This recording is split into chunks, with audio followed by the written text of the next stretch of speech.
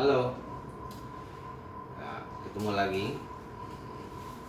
Tadi kita ngobrol, sampai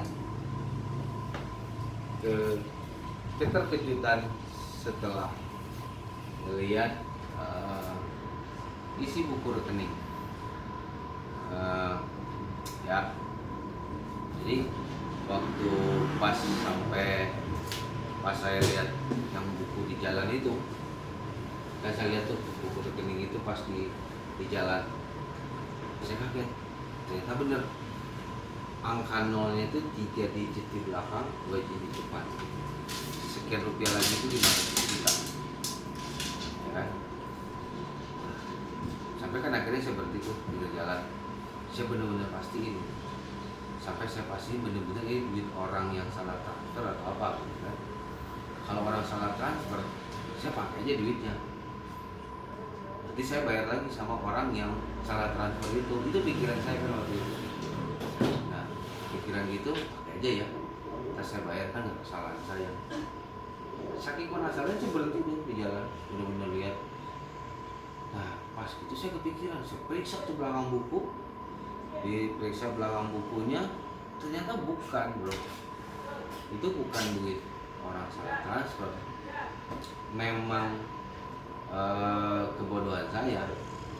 Tapi saya bersyukur loh, alhamdulillah, Tuhan Allah kasih saya pelupa dan bodoh gitu. Justru kebodohan dan pelupa saya itu yang menyelamatkan saya, ya kan? Jadi ternyata itu duit kita sendiri. Ternyata karena saya tidak ngeprint tuh buku selama 11 bulan. Jadi bro, selama 11 bulan saya nggak print tuh buku, dan ternyata tuh mesin edisi itu dipakai gitu. Dan lumayan transaksi di situ, yang saya pesimis di situ. Kekumpul lah hampir 500 juta kurang sekian, 500 rupiah. Nah, senang. Wah, saya kaget. Tiba-tiba buru-buru pulang ke rumah, saya lari pulang, saya liatin ke istri saya, ke Santi. Waktu itu Santi masih di lantai 2 tuh, di atas di toko kita. Dia masih kayak lagi tiduran gitulah. Saya kasih, nih tuh lumayan, ya agak melek dikit dari tidurnya. Tiba-tiba dia ngotot, urusin tuh, itu orang salah transfer loh. Terus dia tiduran lagi. Saya turun, jarak kurang lebih sekitar 15 menit nggak nyampe deh, saya di bawah, ada yang teriak dari atas rumah, panggil, saya dicuriga, ada yang baru sadar gitu. Ternyata dia baru tahu loh, ternyata benar 500 ribu itu pasti cek itu, pantesan gitu kan. Kenapa waktu saya ngambil buku rekening itu di bank, si kasir itu melongo, kaget gitu kan. Mungkin kata si mbaknya, songong amat nih orang gitu kan. Karena kan saya jawabnya, males lah biasa gitu kan. Ya, dia kan tahu nilainya terakhirnya. Terus saya jawabnya santai gitu kan. Oh pantesan si mbaknya tadi agak bengong, berarti dia mikir gue songong amat gitu. Ya gue juga nggak tahu. Kalau saya tahu waktu pas ngambil saya cek itu, mungkin saya lebih melotot daripada dia. Tapi intinya adalah saya ngelihat satu, kenapa saya berpikir bahwa ada campur tangan semua, memang apapun dalam kehidupan kita ini karena campur tangan Allah yang punya kuasa bikin kita punya cara. Hanya kita nggak tahu nih cara dia ngebulak balikin ya kan. Coba bayangin, saya butuh uang 500 juta, ya kan, teman saya mau ngasih dari bank 1,5 M, kan yang saya butuh hanya 500. Sama lo dijawab langsung tuh, dikasih saya 500 juta. Walaupun memang itu dari hasil saya menabung tanpa saya sadari karena kebodohan saya, karena saya pesimis dengan ini mesin edisi yang bank swasta satu ini. Saya nggak bikin ATM, saya nggak pernah print bukunya gitu kan. Ternyata dikasih, berarti kan Allah udah ngatur nih. Allah udah tahu gitu. Di tahun dulu waktu saya bikin buku rekening itu, Allah tahu banget bahwa di tahun sekian kamu tuh bakalan butuh dana sekian, dan Allah nggak kasih saya pengen 1,5 M, saya butuh 500 tapi nggak dikasih 1,5 M, ya 500 itu yang saya dapat, dikasih sadarnya saya begitu. Nah, kebayang kalau waktu itu saya tahu duit itu ada sekian, kumpul sedikit, pasti udah saya tarik, saya ambilin. Mungkin di pas saya butuh itu saya nggak ada punya lagi duit 500, saya terpaksa minjam dan berhutang ke orang. Ya, dan ini juga saya lihat ada hubungannya dengan anak-anak yatim saya. Karena memang waktu proses lagi renovasi persiapan PCT itu anak-anak kita tuh di Fajar Harapan. Jadi nama anak yatim bapak kita tuh di Fajar Harapan dan pesantren Tafis Fajar Cendekia itu letaknya di Bekasi. Anak-anak ini tuh nggak pernah tuh nggak lepas mereka ngedoain, mereka selalu WA atau bilang kita selalu doain tuh. Karena memang yang saya harapkan dari mereka nggak ada apalah, nggak ada budi apanya. Mereka dalam sedikit doanya di ujungnya saja mereka mendoakan saya, itu udah alhamdulillah buat saya. Alhamdulillah. Tapi saya yakin ini mungkin dari doa anak-anak. Banyak Allah dengar. Mungkin kalau saya berdoa langsung, ya saya sadar diri lah. Biasa kita juga masih banyak kekurangan gitu kan. Tapi karena mendoakannya anak saya, ya itu rezeki itu nggak langsung turun ke kita, bisa lewat orang lain dulu baru ke kita. Akhirnya saya bersyukur bahwa dikasih bodoh, dikasih lupa, tapi itu menyelamatkan. Ya kan? Sekalian juga mau bilang makasih tuh sama sales merchandise edisi itu yang ke-9 kali baru saya terima, itu karena saya kasihan gitu. Ini orang kekeh, semangat terus, saya tolak datang. Karena dulu saya pernah sales, saya terima nih. Saya cari sempet tuh nomor teleponnya siapa gitu namanya, mau nyari mau bilang makasih udah nggak ketemu. Tapi thank you. Jadi ini banyak campur tangan di sini gitu. Makanya kita nggak tahu di awal itu Allah ngasih kita ujian itu seperti apa, ternyata membawa berkah.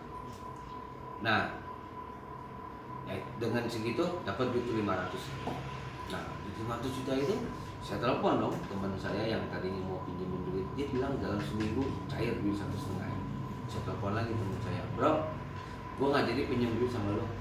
Lo kenapa? Dia bilang, ya gue nemu duit 500 juta. Dia bilang nanya, lo yang ngomong yang bener dong.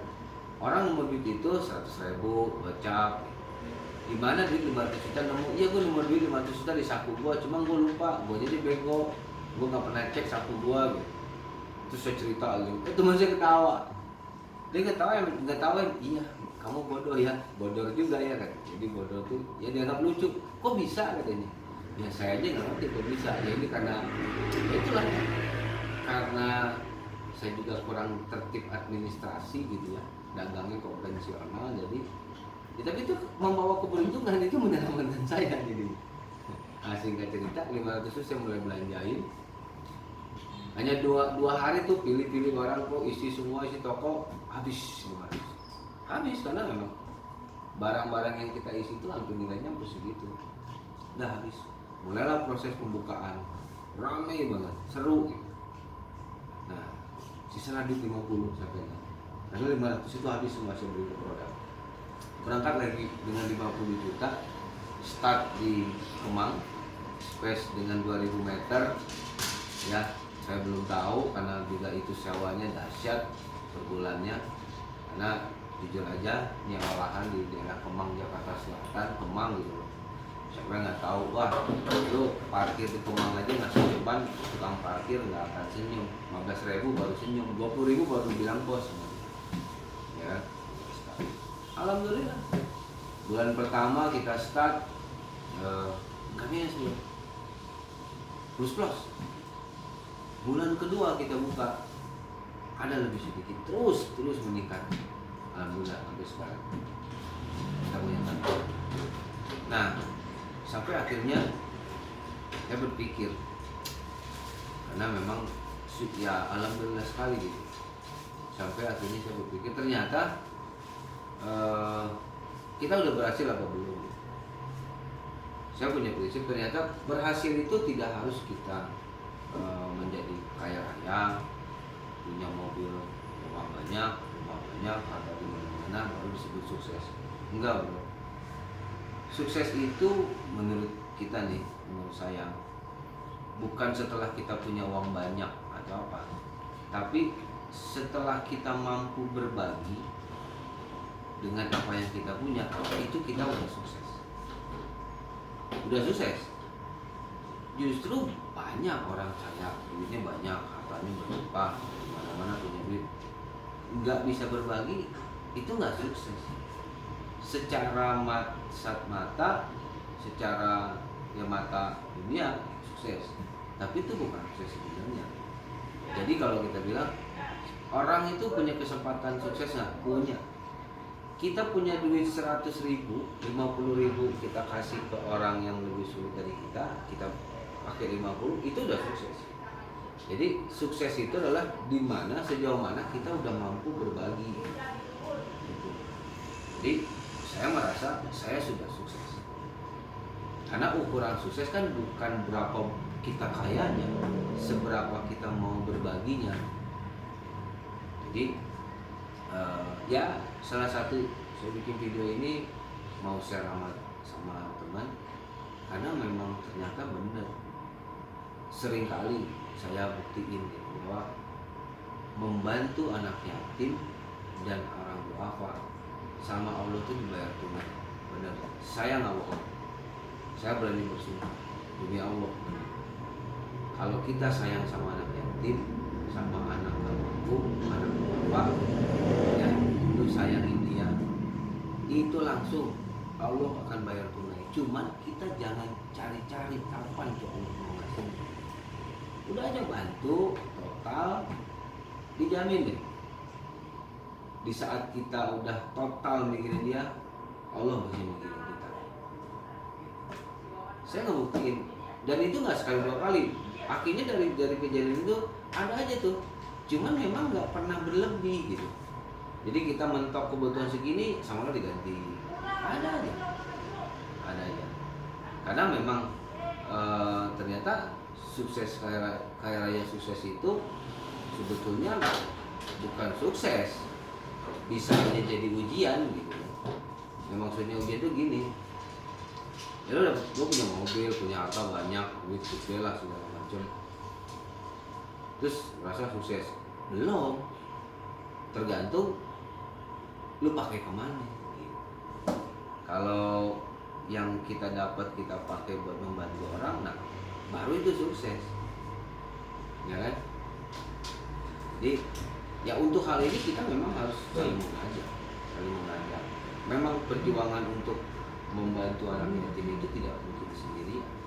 Saya pun tidak sendiri dengan beberapa teman dan sahabat saya. Tapi saya bersyukur, justru saya bersyukur. Saya bukan datang ke mereka untuk saya malah makasih sama mereka. Terima kasih udah dikasih kesempatan untuk masuk dalam kehidupan mereka dan mau mereka pakai rezeki saya, uangnya mereka. Itu aja bersyukur. Bayang bro, kita punya duit, kita mau nyumbang, gak ada yang mau terima duit kita.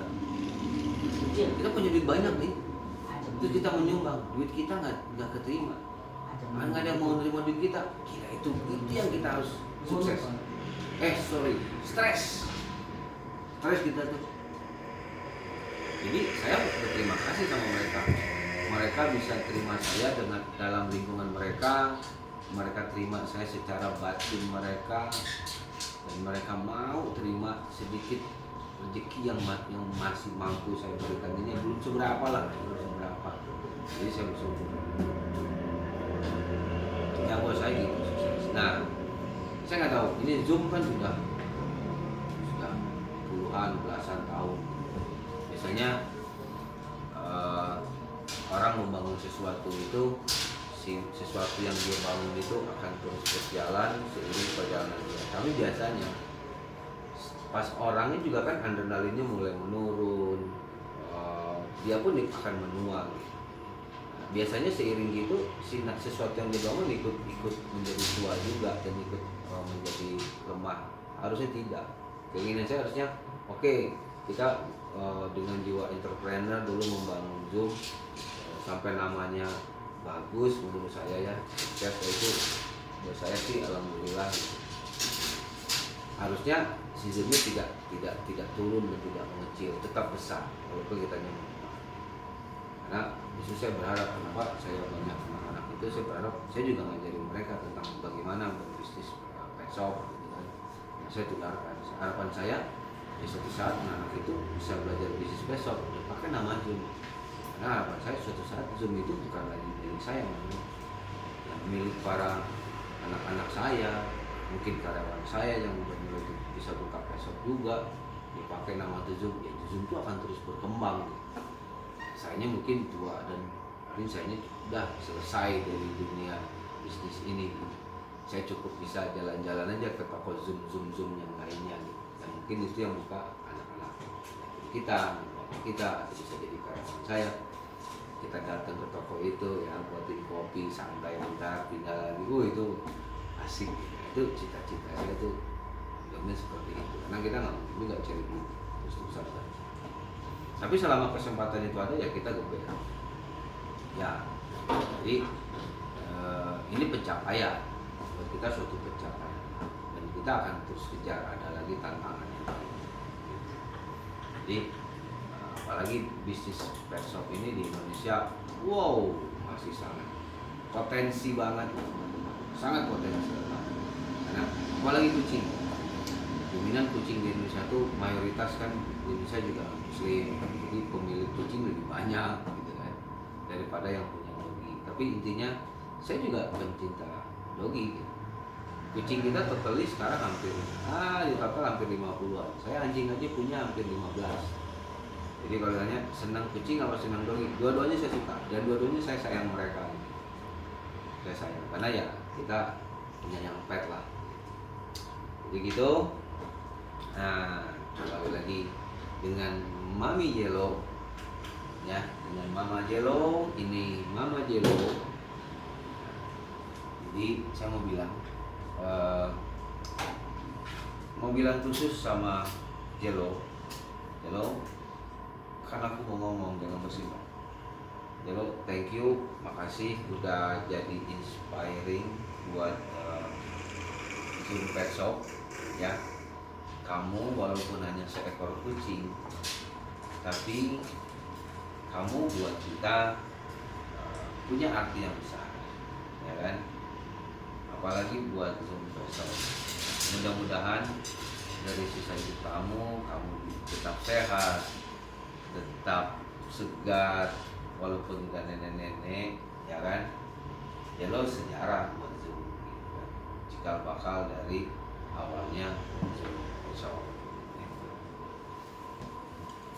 Mudah-mudahan kita tetap dikasih kesempatan bisa tetap merawat Jello sampai kapanpun Jello masih ingin bermain dan hidup di sepanjang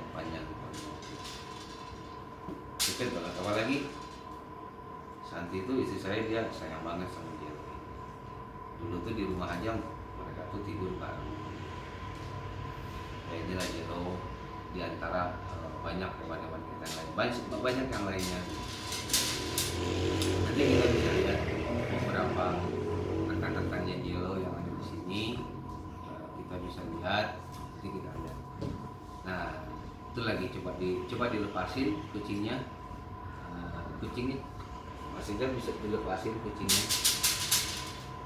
kucingnya bisa dilepasin. Nanti kita lihat, kita shoot teman-temannya, Mas boleh tolong dilepasin nggak kucing-kucingnya?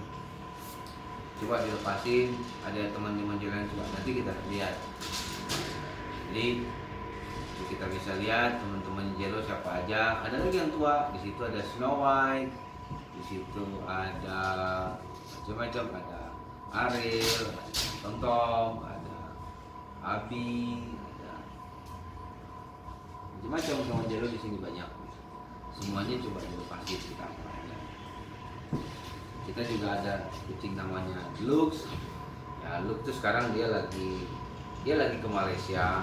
Dia lagi coba ikut cat show di Malaysia.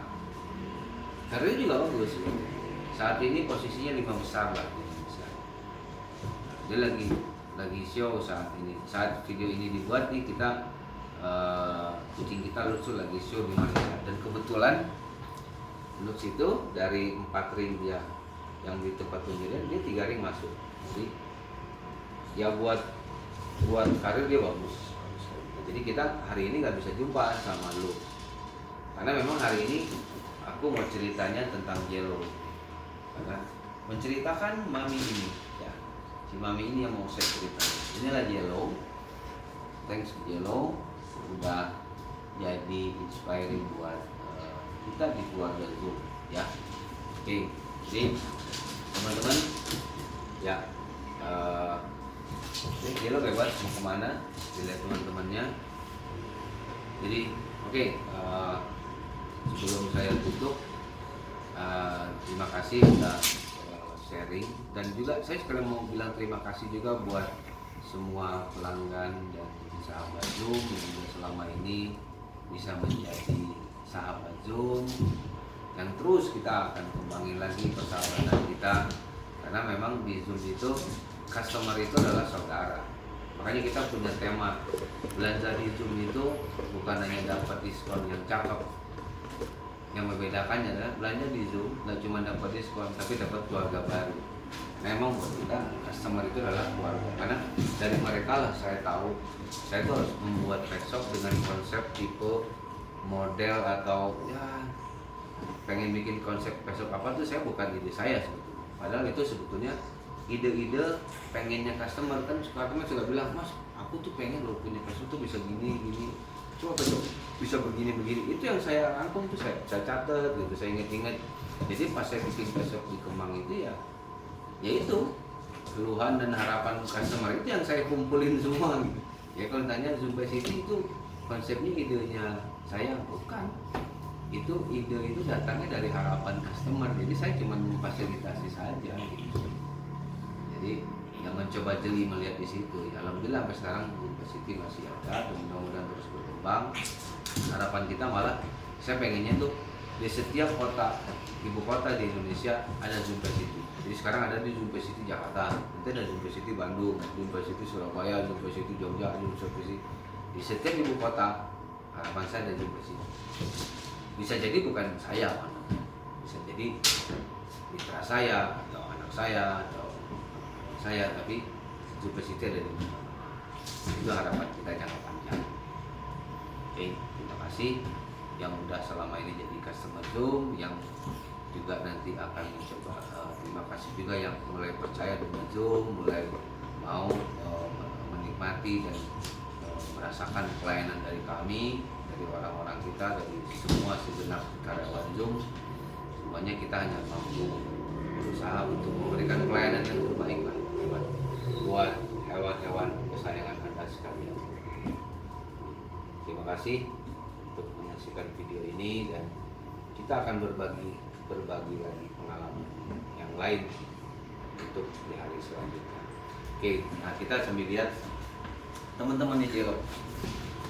Nah, ini kandang beberapa kucing. Nah, ini Jello bersama Ariel. Nah, ini namanya Ariel. Ini Ariel. Nah, dia habis dicukur bulunya jadi pendek. Ini namanya Seruni. Nah, ini Seruni. Di belakang Seruni ada Snow White yang lagi ngumpet di balik scratchingnya. Ini Snow White juga udah tua. Snow White ini umurnya sudah 10 tahun. Nah, 10 tahun lebih lah, hampir 12 tahun ya. Ini Ariel. Ini siapa ini? Coconut. Ini Coconut. Nah, ini Coconut. Memang kayak kacang dia lihat. Ini Coconut. Ini anaknya Apple. Cupcake. Ini si Cupcake anaknya Apple. Dia jenis eksotik. Ini anaknya. Ini si, aduh, saya lupa nama. Ya, si Velfire. Velfire ini. Nah, ini Velfire. Tuh, ini si Velfire. Ini jenisnya juga Persian. Ada Coconut, Velfire, Cupcake. Nah, ini kandang mereka. Nah, disinilah mereka sehari-hari bersantai bersama dengan seniornya, Mami Jello. Ini juga ada ruangan lagi. Nah, maaf ini gelap, kita nyalain dulu. Nah, lampunya ini ya. Nah, ini kucing Sphinx kita. Ini Sphinx. Nah, ini sping yang indukan sping kita ini. Nah, ini sping kita ini. Nah, ini sping kita.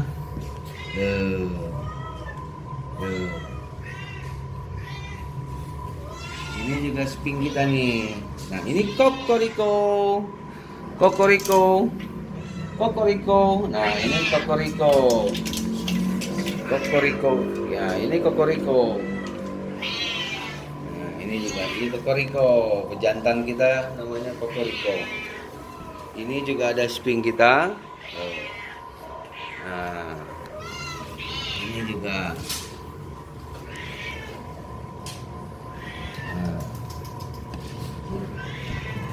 ada juga di dalam lagi ngumpet yang baru mau keluar. Nah, ini juga sping kita nih. Nah, ini juga karirnya bagus di show-nya. Oh. Karir. Nah, ada ini Abyssinian. Itu Abyssinian kita.